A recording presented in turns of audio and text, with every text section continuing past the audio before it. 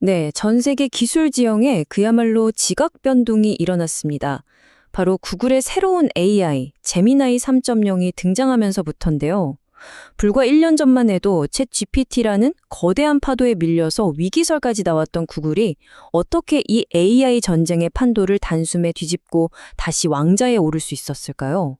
그리고 이 거대한 기술 전쟁이 지금 우리 사회와 산업, 그리고 개인의 삶에 던지는 메시지는 과연 무엇인지 오늘 그 본질을 아주 심층적으로 파헤쳐보겠습니다. 모든 이야기는 바로 이 질문에서부터 시작해야 합니다. 도대체 AI 전쟁의 흐름은 어떻게, 그리고 왜 뒤바뀌었을까요? 이건 단순히 한 회사가 더 좋은 신제품을 내놨다 하는 차원의 이야기가 아닙니다. 여기에는요, 기술의 본질, 리더십의 차이, 그리고 국가의 미래 전략까지 아주 복잡하고 거대한 문제들이 얽혀 있습니다. 오늘 분석은 바로 이 거대한 역전극의 가장 핵심적인 단서들을 하나씩 추적해 나가는 과정이 될 겁니다. 오늘 우리가 함께 살펴볼 내용은 크게 5가지입니다. 먼저 제미나이가 어떻게 역전의 드라마를 썼는지 그 과정을 되짚어보고 기술적으로 대체 무엇이 다른지 그 차별점을 낱낱이 분석해 보겠습니다. 이어서 이 엄청난 혁신을 이끈 리더십의 비밀을 파헤쳐 보고요. 이걸 우리 현실에 비추어서 왜 한국에서는 세상을 바꾸는 룰메이커가 나오기 힘든지 그 구조적인 문제를 진단해 보겠습니다. 그리고 마지막으로 이 격변의 시대에 우리가 생존하기 위해 무엇을 바꿔야 하는지 그 조건을 함께 모색해 보겠습니다. 자, 그럼 첫 번째 파트입니다. 거대 AI 전쟁, 그리고 제미나이의 반격. 불과 2년도 채 안 되는 이 짧은 시간 동안 AI 시장의 판도가 얼마나 극적으로 요동쳤는지 그 숨가뻤던 역사의 현장으로 먼저 들어가 보겠습니다. 이 타임라인을 한번 보시죠. 정말 영화처럼 숨가쁘게 전개됩니다. 2022년 11월 오픈 AI가 챗GPT를 내놓으면서 세상이 발칵 뒤집혔죠. AI의 원조라고 자부하던 구글은 그야말로 충격에 빠졌고 2023년 2월에 코드레드, 즉 최고 수준의 비상사태를 선포합니다. 하지만 급하게 내놓은 대항마 바드가 3월의 시연회에서 오답을 내놓는 결정적인 실수를 하면서 구글의 자존심은 완전히 구겨졌습니다. 위기는 최고조에 달했죠. 바로 그때 10월에 은퇴했던 창업자 세르겔 브린이 직접 등판해서 이 역전 프로젝트를 진두지휘하기 시작합니다. 그리고 그 결과가 바로 모든 성능 평가에서 압도적인 1위 자리를 되찾은 제미나이 3.0의 탄생입니다. 그렇다면 이 제미나이 3.0은 대체 무엇이 그렇게 다르길래 괴물 AI라고까지 불리면서 순식간에 판도를 뒤집을 수 있었던 걸까요? 지금부터 그 누구도 따라올 수 없는 제미나이만의 핵심적인 차이점을 하나씩 아주 자세하게 뜯어보겠습니다. 가장 핵심적인 차이는 바로 이 생각하는 모드, 즉 싱킹 모드에 있습니다. 이게 뭐냐면요. 기존 AI들은 사실 생각을 하는 게 아니었어요. 수많은 데이터를 바탕으로 확률적으로 가장 그럴듯한 다음 단어를 예측해서 말을 아주 유창하게 만들어내는 것에 가까웠죠. 그런데 제미나이는 여기서 한 걸음 더 나아갑니다. 답을 내놓기 전에 내부적으로 잠깐만, 내가 지금 하려는 말이 논리적으로 앞뒤가 맞나? 이게 사실에 부합하나? 하고 스스로 검증하고 시뮬레이션하는 과정을 거칩니다. 이건 정말 엄청난 도약이에요. 단순히 말을 잘하는 앵무새에서 정말로 생각하고 추론하는 존재로의 근본적인 진화라고 볼 수 있습니다. 그리고 그 결과는 이 벤치마크 결과가 아주 명확하게 증명합니다. 그래프를 보시면 코딩이나 수학 문제풀이, 그리고 복잡한 논리적 추론을 요구하는 모든 시험에서 제미나이 3.0이 기존의 모든 AI 모델들을 압도하는 것을 볼 수 있습니다. 특히 주목할 점은요, 단순히 인터넷 정보를 검색해서 짜깁게 하는 걸로는 절대 풀 수 없는 순수한 추론 능력 자체를 테스트한 항목에서 격차를 크게 벌렸다는 겁니다. 이게 바로 제미나이가 단순한 정보 검색 도구가 아니라 진정한 의미의 생각하는 AI라는 가장 강력한 증거입니다. 그런데 놀라운 건 생각하는 능력뿐만이 아닙니다. 이 시각적인 창작 능력에서도 그야말로 혁명이 일어났습니다. 예를 들어볼까요? AI가 그림 속에 한글을 넣으면 글자가 막 깨지고 외계어처럼 나오던 거 다들 경험해 보셨죠?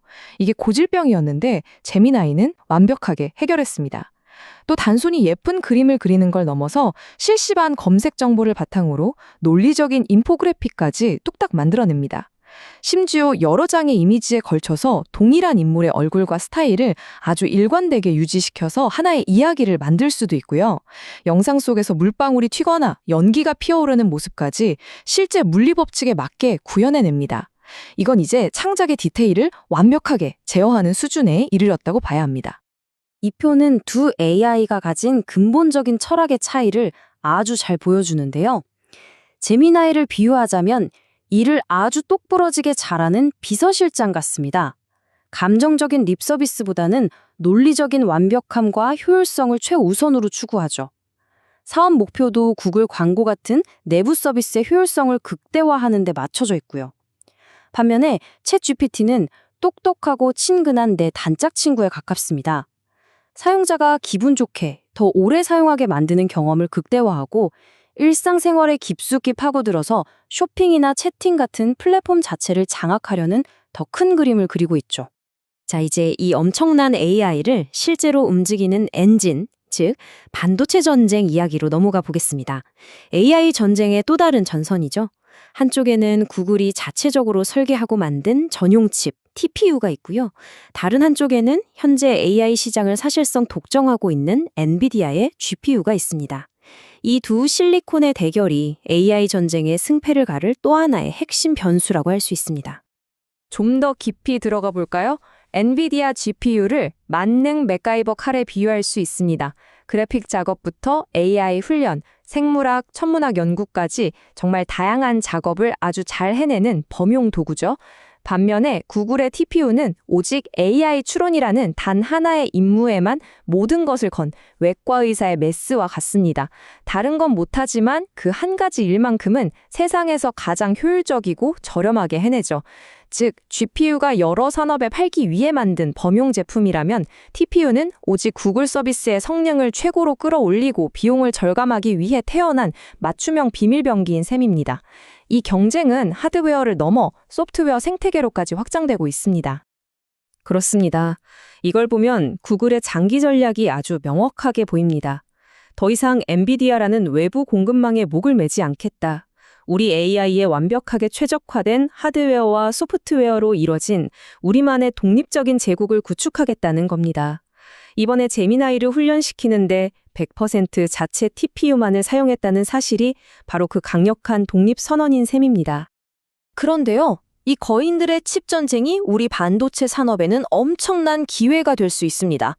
왜냐하면 AI 칩의 심장과 같은 필수 부품, 바로 고대역풍 메모리, HBM 시장이 엔비디아 독점에서 다변화되기 때문이죠. 지금까지는 엔비디아에만 줄을 섰어야 했는데 이제 구글이라는 또 하나의 거대 고객이 생긴 겁니다. SK하이닉스는 엔비디아와 구글, 양쪽에 모두 HBM을 공급할 수 있게 되고요. 삼성전자는 구글의 TPU 칩을 대신 생산해주는 핵심 파운드리 파트너로서의 입지가 훨씬 더 강화될 수 있습니다. 거인들의 싸움이 우리 기업에게는 새로운 활로를 열어주는 셈이죠. 이제 기술의 영역을 넘어서 사람의 영역으로 한번 가보겠습니다. 사실 이 모든 혁신을 가능하게 만든 진짜 동력은 결국 사람이거든요. 바로 리더십입니다. 세상을 바꾸는 기술 뒤에는 과연 어떤 리더십의 DNA가 숨어 있을까요? 오늘 우리가 주목할 키워드는 바로 창업자와 전문 경영인의 차이입니다. 창업자 리더십은요, 비유하자면 벽을 부수고 나아가는 로켓과 같습니다. 회사의 10년, 20년 뒤에 장기적인 생존을 위해서라면 회사의 모든 것을 걸고 기존의 규칙과 관료주의를 파괴해서라도 혁신을 만들어내려고 하죠.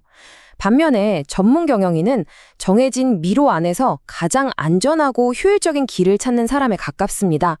자신의 임기 내에 성과를 내고 리스크를 관리하는 게 최우선 목표이기 때문에 혁명적인 도약보다는 안정적인 길을 택하는 경향이 강합니다. 이 한마디가 모든 것을 말해줍니다. 구글의 창업자 세르게이 브린이 제미나이를 개발하던 그 치열하고 힘든 시기를 회고하면서 이렇게 말했습니다. 내 인생에서 가장 행복한 순간이었다. 이건 월급을 받고 성과로 평가받는 전문 경영인은 결코 흉내낼 수 없는 회사의 운명과 기술 그 자체에 대한 깊은 몰입과 헌신, 바로 창업가 정신의 본질을 보여주는 말입니다. 이 리더십의 차이가 현실에서 어떤 결과를 낳는지 보여주는 가장 대표적인 사례가 바로 F입니다. 애플이 자체 AI를 개발하는 대신 경쟁사인 구글의 제미나이를 아이폰에 탑재하기로 한 결정. 이건 단기적으로 보면 굉장히 합리적인 선택입니다. 개발 비용과 시간을 아낄 수 있으니까요. 하지만 장기적으로는 AI라는 미래 기술의 핵심을 경쟁사에게 의존하게 되는 엄청난 전략적 위험을 감수하는 결정이기도 합니다. 이것이 바로 리스크를 회피하고 단기 성과를 관리해야 하는 전문 경영인이 처한 딜레마를 극명하게 보여주는 사례라 할 수 있습니다. 자, 그렇다면 이제 시선을 우리 현실로 한번 돌려보겠습니다. 우리는 왜 구글이나 엔비디아처럼 기술 생태계의 규칙을 만드는 자, 즉 룰메이커를 만들어내지 못하고 있는 걸까요? 그 근본적인 원인이 무엇인지 지금부터 좀 뼈아프더라도 냉정하게 짚어보겠습니다. 근본적인 진단은 바로 이 문장에 담겨 있습니다. 어떤 조직도 그 조직의 리더가 가진 상상력의 크기 이상으로 커질 수 없다. 다시 말해서 리더가 꾸는 꿈의 크기가 바로 그 기업과 나아가 한 국가의 한계가 된다는 뜻입니다. 문제는 기술이나 자본이 아닐 수 있다는 거죠. 한국에서 룰 메이커의 등장을 가로막는 보이지 않는 벽들은 바로 이런 것들입니다. 첫째, 리더십의 비전이 세계 시장을 제패하는 게 아니라 좁은 국내 시장 1위에 머물러 있습니다. 둘째, 상장 후에 단기적인 차익을 실현하고 빠져나가는 것이 목표가 되는 경우가 많습니다. 셋째, 창업자가 떠난 자리를 안정 유지를 우선하는 전문 경영인 체제가 채우면서 화개적 혁신의 동력이 사라집니다. 그리고 마지막으로 새로운 기회가 싹트는 회색지대, 즉 규제 사각지대를 보이면 일단 막고 보려는 정부의 리스크 회피 문화 또한 혁신의 싹을 자르고 있습니다. 그렇다면 이 보이지 않는 벽을 깨고 우리가 생존을 넘어 세계를 선도하기 위해서는 과연 무엇을 어떻게 바꿔야 할까요? 이제 진단을 넘어서 구체적인 처방을 함께 이야기해 보겠습니다. 먼저 정부의 역할부터 근본적으로 바뀌어야 합니다. 리스크를 무조건 피하지 말고 그 안에서 기회를 찾는 방식으로 적극적으로 관리해야 합니다.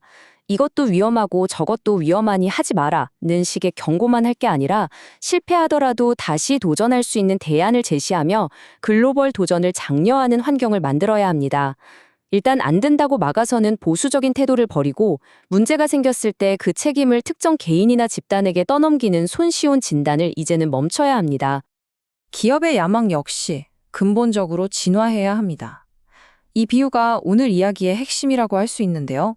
우리는 더 이상 세계 최고의 부품 공급자나 건설업자에 머물러서는 안 됩니다. 이제는 미래 도시의 청사진을 직접 그리는 건축가가 되어야 합니다. 단순히 좋은 제품을 빠르고 값싸게 만드는 것을 넘어서 시장의 규칙과 기술의 미래를 우리가 직접 설계하는 존재가 되어야 한다는 의미입니다. 오늘 분석을 마무리하며 마지막으로 이 질문을 던집니다. 과연 대한민국은 글로벌 기술 생태계의 빠른 추격자를 넘어서 새로운 규칙과 질서를 만드는 건축가가 될 수 있을까요?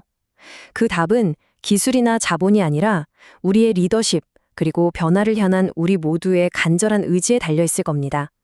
오늘 이 시간이 그 방향을 함께 고민하는 중요한 계기가 되었기를 바랍니다.